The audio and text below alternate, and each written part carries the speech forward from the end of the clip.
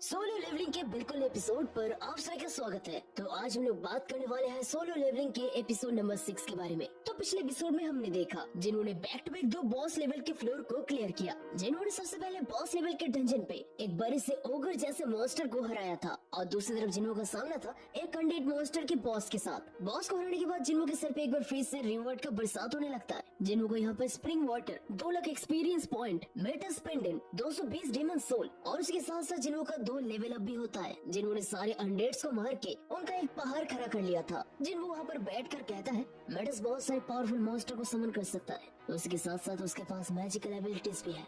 काश मैं उसे अपना शैडो बना पाता। जिन्हों अनफॉर्चुनेटली इस फ्लोर से एक भी शैडो को एक्सट्रैक्ट नहीं कर पा रहा था। जिन्हों यहाँ पर सोचने पड़ जाता है कि आखिरकार वो शैडोज को एक्सट्रैक्ट क्यों नहीं कर पा रहा है। जिन्हों को यहाँ पर रिवॉर्ड में डेमन मोनार्च का नेकलेस मिलता है, लेकिन उसे एक्टिवेट करने के लिए जिन्हों को पहले वाला ईयर रिंग भी पहनना होगा। ये नेकलेस एक एस रैंक का आइटम था जिसे पहनने के बाद जिन्हों का एजिलिटी और इंटेलिजेंस 20+ हो जाता है। जिन्हों इसके बाद नेकलेस को पहनता है और नेकलेस को पहनते ही जिन्हों का ईयर रिंग और नेकलेस दोनों ही एक्टिवेट हो जाते हैं। जिन्हों देखते हैं कि उसके पास और एक स्लॉट खाली पड़ा हुआ है। क्योंकि जिन्हों को ऐसे आइटम सिर्फ बॉस फ्लोर में ही मिले हैं, तो जिन्हों यहाँ पर एज्यूम करता है कि और एक बॉस लेवल शायद हो सकता है। जिन्हों अपने मन में कहता है लगता है इसका सेट पूरा करने के लिए मुझे और एक बॉस लेवल के डंजन को हराना होगा, लेकिन मैं इस क्वेस्ट को ऑलरेडी पूरा कर चुका। हमें देखने मिलते हैं यहाँ पर जिन्होंने 10,000 डेमन सोल्स में से एक सोल ज्यादा कलेक्ट कर लिया था, यानी कि ये क्वेस्ट पूरा हो चुका था। जिन्हों कहता है मैं भी अपनी लिमिट तक पहुंच चुका और मुझे नहीं लगता कि मैं टावर के और ऊपर जा सकता हूँ। क्वेस्ट को कंप्लीट करने के बाद यहाँ पर जिन्हों के रिवॉर्ड्स आने लगते हैं। जिन्हों यहाँ पर आइटम शॉप से कोई भी रिवॉर्ड चूज कर सकता था। जिन्हों का सेकंड रिवॉर्ड था 20+ स्टैट और जिन्हों का थर्ड रिवॉर्ड था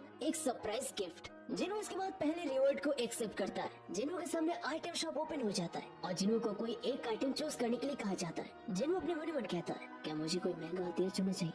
अगर मैं महंगा हथियार चुनता हूँ तो मेरी लड़ाई में वो काम आ सकता है, लेकिन मुझे डंजन्स के अंदर भी बहुत सारे कीमती रिवॉर्ड्स मिलते हैं और ये शॉप भी हमेशा अपग्रेड होता रहता है। जिन्हों यहाँ पर गहरी सोच में पड़ जाता है, लेकिन आखिर में जाकर जिन्हों सब कुछ सोच के आइटम शॉप से कर्स्ड रैंडम लूट बॉक्स चुनता है। जिन्हों के सामने एक काला बॉक्स आ जाता है। लास्ट टाइम जिन्हों ने जब डेली क्वेस्ट को डबल कर दिया था तब जिन्हों को ऐसा एक लूट बॉक्स मिला था। आइटम शॉप में यहाँ पर 2 तरीके के लूट बॉक्स होते हैं, एक है ब्लेस्ड रैंडम लूट बॉक्स और दूसरा है कर्स्ड रैंडम लूट बॉक्स। पहली बार मिलने के बाद जिन्होंने दोबारा डबल वर्कआउट किया था, लेकिन इसके बावजूद भी जिन्हों को दोबारा वो लूट बॉक्स नहीं मिला था और आज जाकर जिन्हों आइटम शॉप से वो लूट बॉक्स चुनता है। पहली बार जिन्हों को जब ऐसा बॉक्स मिला था उसके अंदर जिन्हों को डेमन कैसल का चाबी मिला था और इसी वजह से आज जिन्हों यहाँ पर आ पाया था। इसके बाद जिन्हों उस आइटम बॉक्स को खोलता है और सरप्राइजिंगली जिन्हों को और एक चाबी मिलता है, लेकिन उसका लेवल और नाम कुछ भी इन्फॉर्मेशन नहीं था। जिन्हों इसके बाद अपनी उस चाबी को अपने इन्वेंटरी पे रख देता है। जिन्हों इसके बाद दूसरे रिवॉर्ड को एक्सेप्ट करता है और जिन्हों का स्टैट 20+ हो जाता है। इसके बाद जिन्हों तीसरे रिवॉर्ड को एक्सेप्ट करता है और जिन्हों के सामने अचानक से एक ब्लूप्रिंट आ जाता है और इसका नाम था होली वाटर ऑफ लाइफ। जिन्हों इसको देखकर काफी ज्यादा सरप्राइज हो जाता है,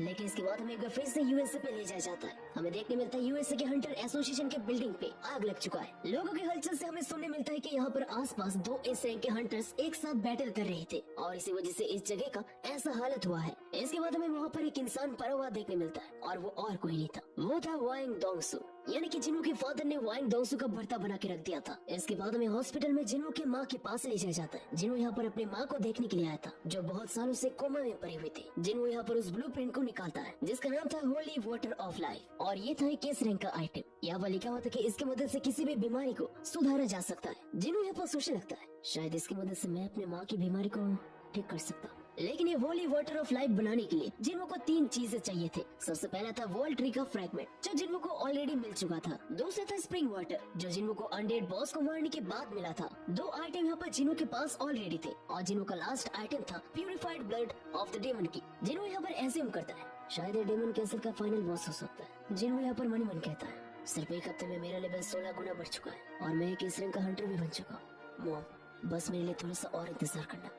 इसके बाद हमें कोरिया के हंटर एसोसिएशन पे ले जाया जाता है। हंटर एसोसिएशन के एम्प्लॉइज न्यूज चैनल पे यूएसए के हंटर एसोसिएशन पे होने वाले तबाही के बारे में सुन रहे थे।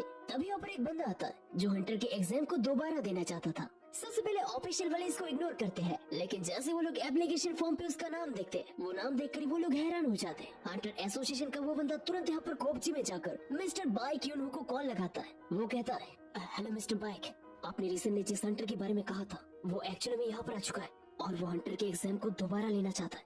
मेरा मतलब समझिन, वो हमें देखने मिलता है यहाँ पर जिन्हों सच में अपने रैंक को अपग्रेड करने के लिए हंटर के एग्जाम को दोबारा देने जा रहा था। जिन्हों यहाँ पर अपने बारी आने तक इंतजार कर रहा था। वहाँ पर जिन्हों के साथ बहुत सारे दूसरे हंटर्स भी हंटर के एग्जाम को दोबारा लेने के लिए आए थे। वहाँ पर एक बंदा दूसरे एक बंदे को नर्वस होते हुए देखकर कहता है, अरे यार तेरे को नर्वस होने की कोई जरूरत नहीं है, हो सकता है कि तुझे कोई नया रैंक मिल जाए। और वहाँ पर उस तरफ देख रहा है जिन्हों को डी रैंक मिलता है। उन सारे हंटर्स को एजेंट्स अपनी टीम में लेते हैं। वैसे तो ये गिल्ड से काफी ज्यादा अलग है, लेकिन ज्यादातर वो लोग नए हंटर्स के पीछे भागते हैं। लेकिन छोटे छोटे गिल्ड में जाना भी बहुत खतरे वाली बात है। मैंने सुना कि छोटे छोटे गिल्ड बहुत खतरनाक रेड्स में जाते हैं और वहाँ पर लोगों का मरने का चांस बहुत ज्यादा होता है। वो बंदा कहता है ऐसे घबराने की कोई जरूरत नहीं है, बस ये ध्यान रखने की तुम्हें ए रैंक न मिल जाए। वहाँ पर एक बंदा नर्वसनेस की वजह से अपने नाखून चबा रहा था और कह रहा था, मुझे कोई बड़ी गिल्ड में जाना ही होगा। अगर मैं कोई बड़ी गिल्ड में नहीं जा पाया तो मैं अपने कर्ज को नहीं चुका पाऊंगा और अपने बेटे के साथ भी नहीं रह पाऊंगा। मुझे कैसे भी करके सी रैंक लाना ही होगा। जिन अपने मन में कहता है। हंटर्स के रैंक से हमें पता चलता है कि वो कितना ताकतवर है। एक बार रैंक डिसाइड होने के बाद कोई कितना भी कोशिश कर ले, वो कैसे भी करके अपने रैंक को अप नहीं कर सकता। मिस्टर सोंग एक कमाल के तलवारबाज थे, लेकिन इसके बावजूद भी वो कांग ताइसे को नहीं हरा पाए। और मैं भी जब ए रैंक का हंटर था, मैं भी किसी के ऊपर नहीं जा पाया। लेकिन अभी मेरे लिए चीजें अलग है। इसके बाद जो बंदा इतने देर तक डायलॉग छोड़ रहा था, वो अपने हंटर का एग्जाम देकर जैसे बाहर आता है, हमें जानने मिलते कि असल में उसे ई रैंक मिला है। और ये सुनने के बाद दूसरा बंदा और भी ज्यादा नर्वस हो जाता है। जब उसे बुलाया जाता है, वो जिन्हों को कहता है, मैं बहुत ही नर्वस हूँ, तुम चाहो तो मेरे आगे जा सकते हो। जिन्हों इसके बाद मौके का फायदा उठाकर आगे चला जाता है। उसके नाम से स्टाफ को पता चल जाता है कि जिन्हों एक ही रैंक का था। जिन्हों कहता है कि वो रीटेस्ट करना चाहता है, लेकिन वो स्टाफ ज्यादा ध्यान नहीं देती। जिन्हों को इसके बाद उस बड़े से गोले के ऊपर हाथ रखने के लिए कहा जाता है। जिन्हों इसके बाद हाथ रखता है, लेकिन अचानक से टैब में एरर आ जाता है। वो लड़की काफी ज्यादा शॉक हो जाती है। उसे लगने लगता है कि सिस्टम में कुछ गड़बड़ आ चुका है। वो लड़की एक बार फिर से जिन्हों को उस गोले के ऊपर हाथ रखने के लिए कहती है। जिन्हों एक बार फिर से वही करता है, लेकिन एक बार फिर से एरर आ जाता है। तभी से बाद उन लोगों का बॉस वहाँ पर आ जाता है। इसके बाद वो बंदा पूछता है कि क्या प्रॉब्लम है। वो अपने मन में कहता है, मैं यहाँ पर इसलिए आया था क्योंकि मिस्टर बाइक उन्होंने इस बंदे के ऊपर नजर रखने के लिए कहा था। 3 महीने पहले भी हमारे पास ऐसे एक केस आया था, लेकिन जब रीटेस्ट किया गया तो वो बिल्कुल गलत था। लेकिन जैसे वो बंदा सिस्टम में एरर देखता है, वो ये देखकर काफी ज्यादा शॉक हो जाता है। इसके बाद वो बंदा उस लड़की से पूछता है, तुम कितने समय से यहाँ पर काम कर रही हो? वो लड़की कहती है, लगभग 6 महीने से। क्या मैंने कुछ गलती कर दी? वो आदमी अपनी मन मन कहता है, लास्ट टाइम 2 साल पहले एक इस रैंक की हंटर बनी थी, तो शायद इस लड़के को कुछ भी नहीं पता होगा। जल्द से जल्द चांसी को यहाँ पर बुलाओ। वो लड़की बार बार पूछने लगती कि यहाँ पर क्या हुआ है। इसके बाद वो बंदा कहता है, ये सिस्टम का कोई गलती नहीं है। हमारे पास अभी जो मैना मीटर है, वो इसके मैना को नापने के लिए काफी नहीं है। उसका मैना इससे भी काफी ज्यादा है, यानी कि ये कोरिया का 10वां इस रैंक का हंटर है। इसके बाद हमें हंटर एसोसिएशन के बाहर ले जाया जाता है, जहाँ पर मिस्टर वू जिनचू और हंटर गिल्ड का लीडर मिस्टर चोई एक दूसरे के साथ बात कर रहे थे। मिस्टर चोई यहाँ पर रिसेंटली वांग दोंसू के कोरिया विजिट के बारे में पूछने लगते हैं और रिसेंटली होने वाले रेड गेट इंसिडेंट के बारे में भी। मिस्टर चोई पूछते हैं, वैसे मिस्टर जिनचू, उस दिन रेड गेट के इंसिडेंट में क्या मिस्टर वांग दोंसू का कोई हाथ था? जिनचू कहता है, नहीं सर, उस दिन वांग दोंसू ने सर्वाइवर्स का मदद नहीं किया था। मैं पूरे वक्त उनके साथ ही था। मुझे हर एक डिटेल्स के बारे में तो नहीं पता, लेकिन मुझे किसी के ऊपर डाउट है। जिनचू यहाँ पर सन जिनो के बारे में सोचता है, लेकिन वो सन जिनो के बारे में ना बताने का डिसाइड करता है। मिस्टर चोई कहते हैं, तो आपने डिसाइड किया कि आप मुझे उसके बारे में नहीं बताएंगे? कोई बात नहीं, मैं समझ सकता हूँ, लेकिन उससे ज्यादा मैं रिसेंटली होने वाले जेजू आइलैंड के इंसिडेंट के बारे में थोड़ा सा इंटरेस्टेड हूँ। मिस्टर वू जिनचू कहते हैं, अभी तक हमें सिर्फ एक ही चीटी का लाश मिला है, लेकिन ऐसा अगर रेगुलरली होता है तो हम लोग वहाँ पर हंटर्स को भेजने का प्लान कर रहे हैं। मिस्टर चोई कहते हैं, जरूर, हंटर्स गिल्ड भी आप लोगों के साथ कोऑपरेट करेगी। वैसे आज अंदर से कुछ ज्यादा ही हलचल हो रहा है। जिनचू कहता है, हलचल? कैसा हलचल? मुझे तो कुछ सुनाई नहीं दे रहा है। मिस्टर चोई कहते हैं, असल में मैं इन सब के बारे में थोड़ा सा सेंसिटिव हूँ। जिनचू कहता है, ठीक है सर, मैं जाकर देख कर आता हूँ, आप यहीं पर ही रुकिए। लेकिन मिस्टर चोई कहते हैं, नहीं रुक जाओ जिनचू, मैं अपनी आंखों से खुद देखना चाहता हूँ। इसके बाद हमें जिनों के पास ले जाया जाता है। एसोसिएशन वाले जिनों को कहते हैं, सर, हमें एडवांस मैनोमीटर को इस्तेमाल करने के लिए हायर अप्स का परमिशन चाहिए, तो आप क्या 3 दिन बाद आ सकते हैं? ये बात सुनकर यहाँ पर सभी लोगों में हलचल मच जाता है। सभी लोगों को समझ आ जाता है कि ये बंदा एक एस रैंक का हंटर है। वो लोग आपस में इसके बारे में बात करने लगते हैं और तभी वहाँ पर एंट्री होता है हंटर्स गिल्ड के लीडर मिस्टर चोई का। और खुद हंटर्स गिल्ड के गिल्ड लीडर को यहाँ पर देखकर सभी लोग बहुत ही ज्यादा शॉक हो जाते हैं। लेकिन यहाँ पर किसी को समझ नहीं आता कि आखिरकार वो यहाँ पर क्या कर रहे हैं। जिन्हों यहाँ पर मिस्टर चोई को देखकर अपने मन ही मन कहता है, तो ये है मिस्टर चोई। मैंने जितना सुना है कि वो फायर मैजिक एक्सपर्ट है, और मैंने ये भी सुना है वो एक ही स्ट्राइक से पूरा बिल्डिंग गिरा सकते हैं। मैंने सुना है कि लोग इसे द अल्टीमेट हंटर कहते हैं। सर जिन्हों केस रैंक के हंटर है, ये सुनकर मिस्टर वू जिनचू काफी ज्यादा शॉक हो जाते हैं। मिस्टर चोई यहाँ पर मनी मन कहता है, तो ये है कोरिया का 10वां इस रैंक का हंटर। ये इस रैंक का हंटर है या नहीं, इसे देखने के लिए मुझे मीटर की कोई जरूरत नहीं है। इसका ऑरा देखकर ही मैं समझ सकता हूँ इसके बाद मिस्टर चोई जिन्हो को कहते हैं, मेरा नाम चोई जोंग है और मैं हंटर्स गिल्ड का लीडर हूँ।